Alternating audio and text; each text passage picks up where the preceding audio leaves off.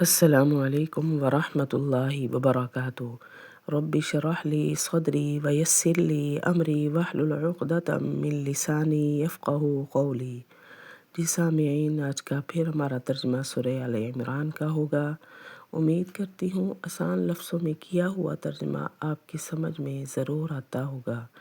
میری ویڈیو پسند آئے لائک اینڈ شیئر ضرور کریں اور کامنٹ میں اپنی رائے کا اظہار کریں۔ چینل پر نئے ہیں تو چینل کو سبسکرائب بھی لازمی کریں۔ بسم اللہ الرحمن الرحیم۔ قل یا اہل الکتاب تعالوا الی کلمۃ سواء بیننا وبینکم۔ کہہ دیجئے اے اہل کتاب، تم آؤ ایسی بات کی طرف جو برابر ہے ہمارے اور تمہارے درمیان۔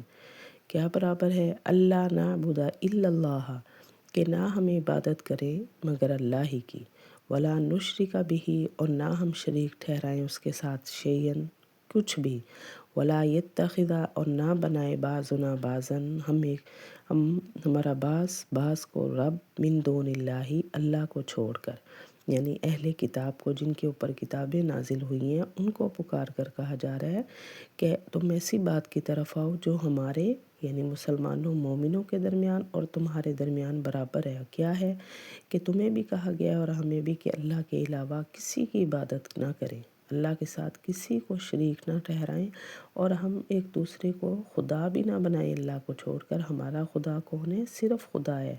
اللہ نے فرمایا میرے علاوہ کسی کی عبادت نہ کرو۔ کہہ دیجئے اہل کتاب، تم آؤ ایسی بات کی طرف جو برابر ہے ہمارے اور تمہارے درمیان، کہ نہ ہم عبادت کریں مگر اللہ کی، اور نہ ہم شریک ٹھہرائیں اس کے ساتھ کچھ بھی، اور نہ بنائے ایک دوسرے کو رب اللہ کو چھوڑ کر۔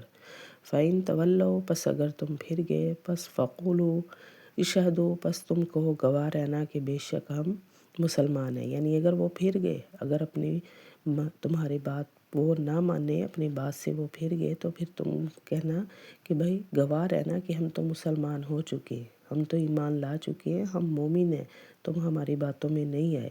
بس اگر وہ پھر گئے، پس تم کہنا گواہ رہو بے شک ہم مسلمان ہیں۔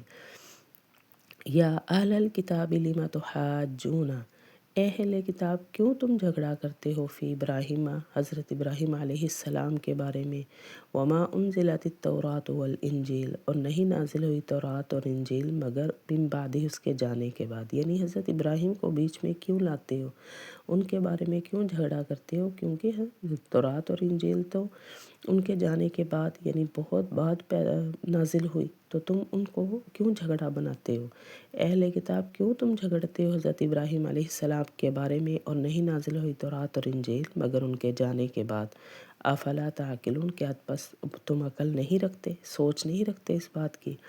ہاں انتم ہؤلاء، سن لو تم سب کے سب جھگڑا کرتے ہو، فیما، اس کے بارے میں، لکم بہ علم، جس کا تم کو علم ہے، فالم تحاجون، پس کیوں تم جھگڑا کرتے ہو، فیما، اس کے بارے میں، لیس لکم بہ، جس کا تمہیں علم ہی نہیں ہے، یعنی تمہیں حضرت ابراہیم علیہ السلام کے بارے میں علم ہی نہیں ہے کہ وہ نبی تھے، وہ آئے تھے، وہ کس طرح آئے تھے، کیا کیا تھا، تمہیں ان کے بارے میں جب کوئی علم ہی نہیں ہے تو پھر تم جن باتوں کا علم ہے ان میں تو تم جھگڑا کرتے ہو، جن باتوں کا علم ہی نہیں ہے ان کے بارے میں کہ تم کیوں ہر وقت جھگڑتے رہتے ہو؟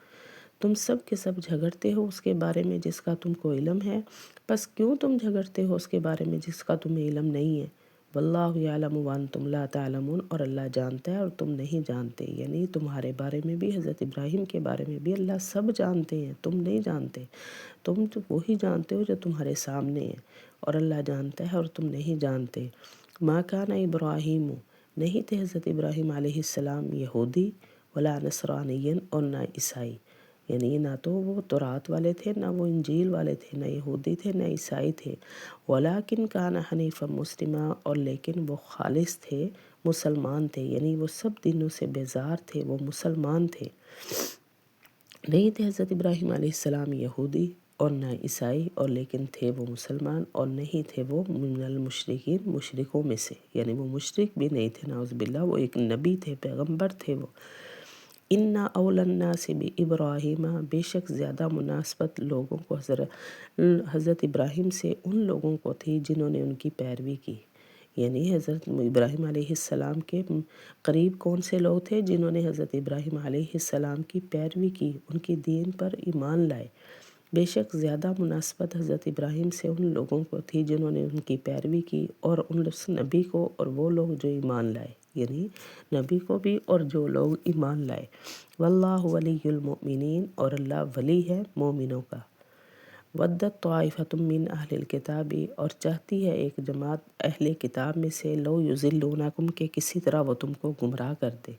یعنی اہل کتاب ہر وقت یہی چاہتے ہیں کہ کسی طرح مسلمانوں کو گمراہ کر دیں، جس طرح خود گمراہ ہیں اوروں کو بھی گمراہ کریں۔ اور چاہتی ہے ایک جماعت اہل کتاب میں سے کہ وہ کسی طرح تم کو گمراہ کرتے۔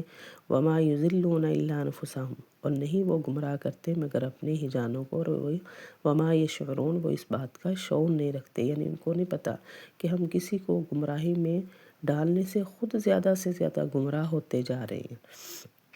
اور نہیں وہ گمراہ کرتے مگر اپنی جانوں کو، اور وہ سوچ نہیں رکھتے۔ یا اہل الکتابی، اے اہل کتاب، کیوں تم کفر کرتے ہو اللہ کی آیتوں کا، اور تم خود گواہ بھی ہو۔ یعنی تمہیں بھی پتہ ہے تورات اور انجیل بھی اللہ کی طرف سے نازل ہوئی، اور یہ قرآن پاک بھی الحمدللہ اللہ کی طرف سے نازل ہوا ہے، تو پھر تم انکار کیوں کرتے ہو؟ حالانکہ اس قرآن کا ذکر جو ہے وہ تمہاری کتابوں میں بھی تھا کہ آخری کتاب آئے گی، تو پھر تم انکار کیوں کرتے ہو؟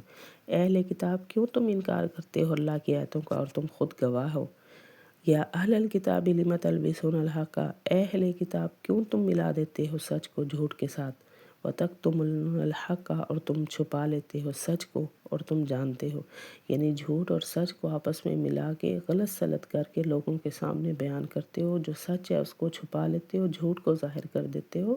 ایسا کرنے کا تمہیں پتہ بھی ہے کہ تم خود جانتے بھی ہو کہ تم غلط کر رہے ہو۔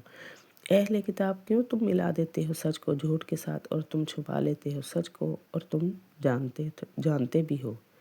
جی سامعین، یہ تھا ہمارا آج کا ترجمہ۔ وآخر دعوانا ان الحمد للہ رب العالمین۔